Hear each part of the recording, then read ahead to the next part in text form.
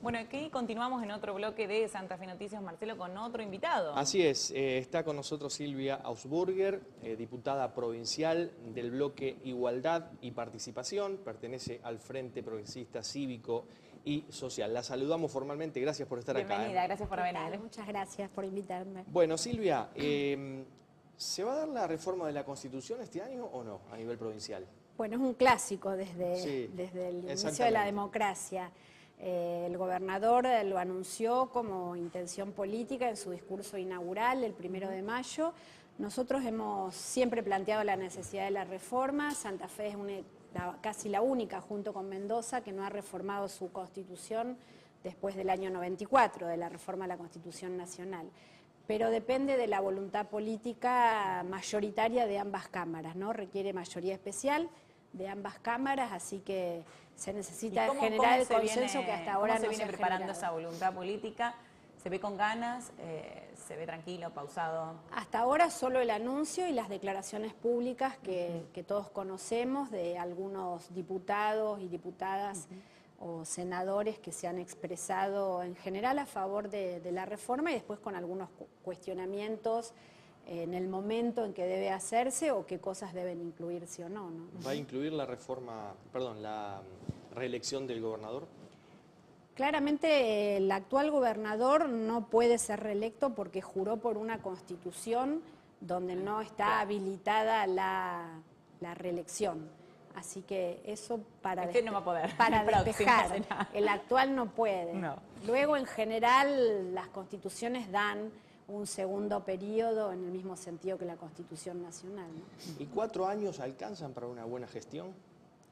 Bueno, un año alcanza para una buena gestión, ¿no? ¿Sí? Siempre quizás terminar proyectos a más largo plazo o que se puedan visualizar claramente en la población lleve más tiempo, pero el camino, las decisiones importantes se pueden en los primeros meses delinear. Esa es mi opinión, ¿no? Bien. Raúl Lamberto fue propuesto como defensor del pueblo a nivel provincial. ¿Cómo lo ve usted a Lamberto? Porque viene, vamos a ser concretos, cuestionado por su gestión, digamos, como ministro de Seguridad, y ahora, bueno, es como que lo quieren poner allí. ¿Lo ve bien perfilado usted? Lamberto es un político de algún modo histórico, ¿no? Desde muy joven ha hecho política y ha ocupado lugares importantes en la ciudad y en la provincia. Al final de estos años ha ocupado un lugar dificilísimo, ¿no? Donde difícilmente alguien salga aplaudido. A lo sumo puede no ser rechazado, pero aplaudido en el Ministerio de Seguridad es muy difícil salir. Complicado. Este es un problema pendiente en nuestra sociedad, uno de los problemas más grandes. Raúl Lamberto hizo dentro de su potestad lo que consideraba que se podía hacer en un corto periodo y bueno, insisto que es una asignatura pendiente donde nadie todavía ha sacado un aprobado. El proceso de propuesta de Raúl Lamberto para defensor del pueblo recién se inicia, se están expresando la sociedad civil, las personas, las organizaciones, así que esperaremos que culmine o que vaya avanzando ese proceso. Marce, esta semana fue etapa de medios la legislatura provincial, ¿no? Por el tema de un proyecto que presentó el oficialismo para quitarle a la facultad a los concejales por el aumento del transporte, tema que tuvimos hace días atrás. Aparentemente la oposición no estuvo de acuerdo y sacó el proyecto del recinto. Sí, nosotros estuvimos en contra claramente de esa incorporación de un artículo que se hizo en una iniciativa que no tenía nada que ver. O sea, se estaba discutiendo incrementar los recursos de la provincia para el transporte tanto urbano como interurbano y se incorpora en el último momento en la Comisión de Presupuesto un artículo que lo que se discutía era la potestad, o sea, de quién es la potestad, si de los concejales, del Consejo Municipal o si de los intendentes. O sea, un debate totalmente diferente. Nosotros creemos que esa potestad debe seguir quedando en el Consejo. El Consejo es la instancia más cercana a las personas y claramente la tarifa del transporte urbano, al decidirse, se tiene que decidir con un sentido social, no solo económico. Hoy tenemos que pensar el transporte urbano para aquellas personas que no tienen otra forma de movilidad, que son la mayoría, y las personas que todos los días van a trabajar, que van a la escuela, que van a institutos de educación, y que el componente de la tarifa que pagan del boleto urbano es importante dentro de sus presupuestos. Y con ese sentido hay que pensarlo, no solo hacer la estructura de costos y luego decir, bueno, hay que incrementarla. Pensar el transporte público como un derecho del trabajador en realidad, porque bueno, como vos bien decías, es a partir de eso que puede ingresar a su trabajo. Así es, por eso nosotros en la legislatura junto a Rubén Giustiniani estamos impulsando que para todos los servicios públicos, el transporte es un servicio público, se establezcan entes regulatorios con participación de los usuarios, porque insistimos, con participación de los usuarios, primero hay un control mucho más importante sobre las empresas prestadoras de los servicios públicos, y por otro lado está esa voz de la tarifa social, desde el aspecto social, tan importante en cualquier servicio público que se preste, ¿no? En la provincia de Santa Fe, sobre todo las empresas de media y larga distancia están muy cuestionadas, hay nada de control. Y es bien importante que participen las organizaciones de usuarios y consumidores en la regulación de esos servicios y en el contralor. La pregunta es por qué se le ha querido sacar al Consejo la potestad, ¿no? La potestad. Es decir, llama la atención que si no hubiesen respondido los legisladores, eso tal vez le hubieran dado curso. Yo creo que claramente era una incorporación pensada específicamente para la ciudad de Rosario, porque hay otros consejos que lo han resuelto, claro. Y que bueno, lo han resuelto los consejos, es una decisión de las mayorías de esos consejos. Santa Fe lo resolvió, San Lorenzo también lo resolvió, pero todos conocemos en la ciudad de Rosario el proceso que se dio de mayorías muy ajustadas en relación a la tarifa, que fue importante también todo ese debate, ¿no? Que se hizo público, que se debatió casi durante un mes, que hubo participación de las diversas miradas, porque eso es el Consejo, ¿no? El que articula la diversidad política de la ciudad, insisto, ese lugar tan cercano a la población que no lo es la legislatura, ¿no? Que las personas, los ciudadanos lo sienten un poco más alejado. Por eso insistimos en la importancia de que permanezca eso en el Consejo y por supuesto que no sea la legislatura la que de arriba para abajo decida, en todo caso, quién tiene la potestad del incremento de tarifa. Bueno, Mauricio Macri ha dicho que a partir de junio, julio, en el segundo semestre del año, va a bajar la inflación. Se estarían normalizando los costos. Exacto, otros índices económicos.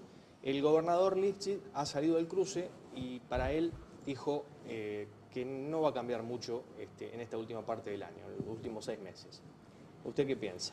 Que el presidente debe tener una fórmula mágica donde incrementando la totalidad de los servicios públicos, del combustible, de los impuestos a todo nivel, de repente la inflación va a bajar. La única forma que la inflación baje es con un costo terrible social que significa que las personas no podamos ir a comprar, o que baje el consumo. El poder de compra, digamos. Fuertemente. Esa es la única forma en que la inflación baje en el segundo semestre. Eso quiere decir que muchos pequeños comerciantes, muchas pymes van a tener que resignar la tarea que realizan y eso significa desocupación.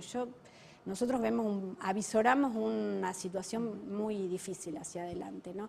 Por eso claramente nos opusimos también ayer, nos abstuvimos en relación al endeudamiento de la provincia, porque no tenemos claridad qué es lo que va a pasar con la economía, con la macroeconomía. No hay buenas expectativas. No tenemos buenas expectativas y en ese sentido es un momento de mucha incertidumbre y bueno, así como no nos endeudaríamos cada uno de nosotros, en nuestra familia, tampoco podemos decirle a los santafesinos endéudense alegremente en un momento que no se necesita porque Santa Fe tiene recursos, sobre todo por lo que ha significado el fallo de la Corte que le devolvió el 15% de la coparticipación federal, hoy no era momento, podemos ver más adelante, y mucho menos por ese monto tan importante como se decidió ayer, ¿no? Estuvimos, bueno, con Alicia Gutiérrez hace unos momentitos nada más, comentando uno de los temas que tanto le preocupa tanto en la provincia de Santa Fe como en el país, que tiene que ver con el aborto, que tiene que ver con el abuso sexual y que tiene que ver también con la campaña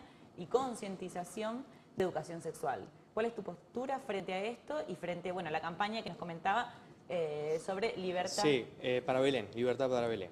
Bueno, lo de Belén, si ustedes lo han comentado, es un caso terrible de injusticia que está recusado en una instancia judicial porque es una mujer acusada de practicarse un aborto cuando no hay ni una sola prueba en ese proceso que determine esa situación. Por eso estamos exigiendo en todo el país, desde el movimiento de mujeres, que se la libere inmediatamente y que se repare el daño que se ha causado, porque ya lleva más de 2 años presa, ¿no?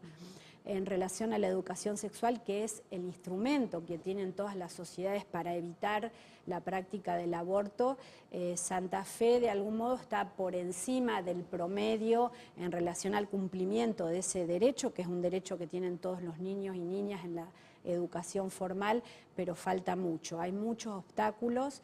Nosotros hemos presentado con el diputado Rubén Giustiniani una iniciativa legislativa para tener ley de educación en la provincia de Santa Fe, que es una de las provincias, la única provincia que no tiene, y tenemos un capítulo especial para garantizar el derecho a recibir educación sexual en todo el ciclo de educación formal. Y en este sentido también hablábamos con Alicia Gutiérrez de la importancia de la capacitación docente en este aspecto y también de la participación de la familia, ¿no? Así que pueda estar incluida en esto. Y nos decía, bueno, Alicia, que algunos integrantes de la familia son reticentes a que se implemente la educación sexual en las escuelas. Sí. Bueno, yo estaba como legisladora nacional y en la Comisión de Educación cuando se debatió la iniciativa en el orden nacional en el año 2006.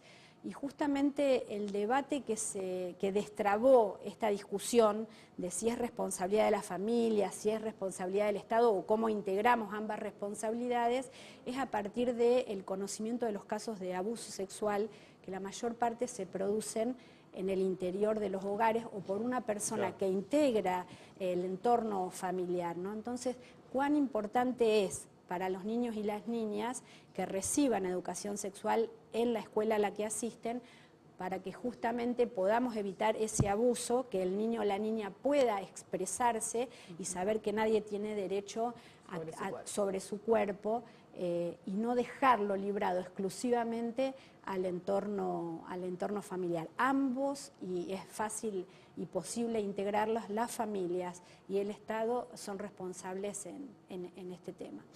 Perfecto. Bueno, podríamos seguir hablando, pero se nos acaba el tiempo. Así que muchísimas gracias por venir, Silvia. Ya te citaremos nuevamente para que nos actualices con los temas, más que nada de la legislatura provincial y bueno,